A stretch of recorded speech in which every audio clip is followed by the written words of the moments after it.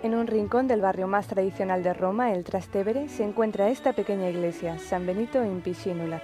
Por su pequeño tamaño puede pasar inadvertida, pero entre sus paredes custodia la memoria de un importante episodio de la historia de la iglesia y de Roma.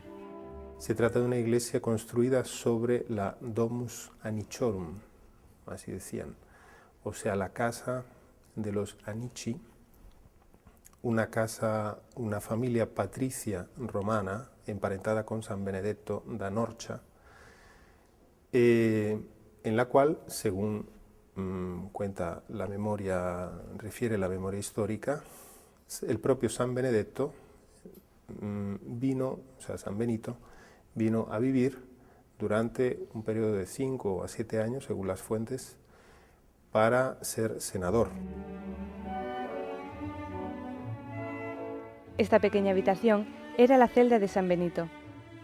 Años más tarde se construyó esta iglesia sobre los cimientos de su casa.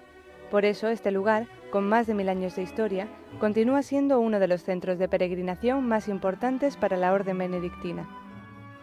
Pero San Benito in Piscínula no solo constituye parte de la historia de la iglesia, sino también una parte muy especial de la historia del arte, ya que tiene auténticas joyas. Por ejemplo, esta imagen de la Virgen de la Misericordia, el campanario más antiguo de Roma, construido en el siglo XI, y esta decoración de extraordinaria belleza en el suelo, llamada cosmatesco. Tiene un cosmatesco muy original de las primeras etapas del arte cosmatesco, incluso con ciertos defectos que le dan más valor. Las columnas de las naves laterales son todas de expolio, con los capiteles todos diferentes.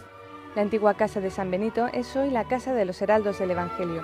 Se trata de una asociación de fieles de derecho pontificio fundada en los años 70 por el sacerdote brasileño João Esconamilio Clá. Su espiritualidad se centra en la adoración de la Eucaristía, la devoción a la Virgen y la fidelidad al Papa. La diócesis de Roma les confió hace pocos años esta iglesia, uniendo pasado, presente y futuro de la historia de la iglesia en este pequeño rincón de Roma.